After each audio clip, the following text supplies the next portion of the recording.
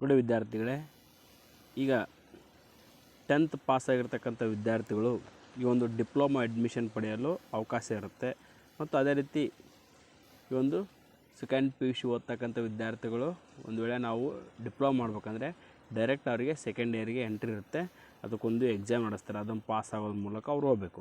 ಈಗ ಇಲ್ಲಿ SLC ಮೇಲಿರ್ತಕ್ಕಂಥ ವಿದ್ಯಾರ್ಥಿಗಳಿಗೆ ನಾನು ಏನು ಹೇಳ್ತಾ ಇರೋದಂದರೆ, ಒಂದು ಅಪಾರ್ಚುನಿಟಿ ಇದೆ. ಏನು ಈಗ ಆಲ್ರೆಡಿ ಒಂದು ಡೇಟು ಡಿಪ್ಲೊಮೊ ಅಡ್ಮಿಷನ್ ಡೇಟು ನೋಡಿ, ಡಿಪ್ಲೊಮಾ ಅಡ್ಮಿಷನ್ ಡೇಟ್ ಆಲ್ರೆಡಿ ಮುಕ್ತಾಯವಾಯಿತು. ಆದರೆ ಇದನ್ನು ಜೂನ್ ತಿಂಗಳು 29ರವರೆಗೆ ಅಡ್ಮಿಷನ್ ಮಾಡಿಸೋಕ್ಕೆ ಅವಕಾಶವನ್ನು ಮಾಡಿಕೊಟ್ಟಿದೆ. ಯಾವುದು?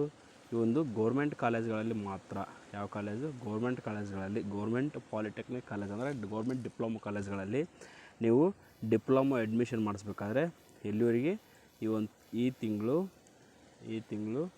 ಜೂನ್ 29ರವರೆಗೆ, ಅಂದರೆ ಜೂನ್ 29ರವರೆಗೆ ಅವಕಾಶ ಇದೆ. ದಯವಿಟ್ಟು ನಿಮ್ಮ ಹತ್ತಿರದ ಗೌರ್ಮೆಂಟ್ ಕಾಲೇಜಿಗೆ ಹೋಗಿ ಭೇಟಿ ನೀಡಿ ಮಾಹಿತಿಯನ್ನು ಕೇಳಿ. ಇದು ಡೇಟು ಈಗ SLC ಎಕ್ಸಾಮ್ 1 ಪಾಸ್ ಆಗಿರ್ತಕ್ಕಂಥ ವಿದ್ಯಾರ್ಥಿಗಳಿಗೆ 29 ಲಾಸ್ಟ್ ಡೇಟು. ತದನಂತರ ಎಕ್ಸಾಮ್ 2 ಬರೆದ ವಿದ್ಯಾರ್ಥಿಗಳಿಗೆ ಅಪ್ಡೇಟ್ ಬರುತ್ತೆ. ಅದು ಬಂದಾಗ ನಾನು ನಿಮಗೆ ತಿಳಿಸ್ಕೊಡ್ತೀನಿ. ಹೆಚ್ಚಿನ ಮಾಹಿತಿಗಾಗಿ ನಮ್ಮ NSK Tech News Kannada YouTube ಚಾನಲನ್ನು ಸಬ್ಸ್ಕ್ರೈಬ್ ಮಾಡಿ ಮತ್ತು ವಿಡಿಯೋವನ್ನು ಲೈಕ್ ಮಾಡಿ. ಏನಾದರೂ ಡೌಟ್ಸ್ ಇದ್ದರೆ ಕಮೆಂಟ್ಸ್ ಮಾಡಿ ಅಂತ. Thank you for watching this video.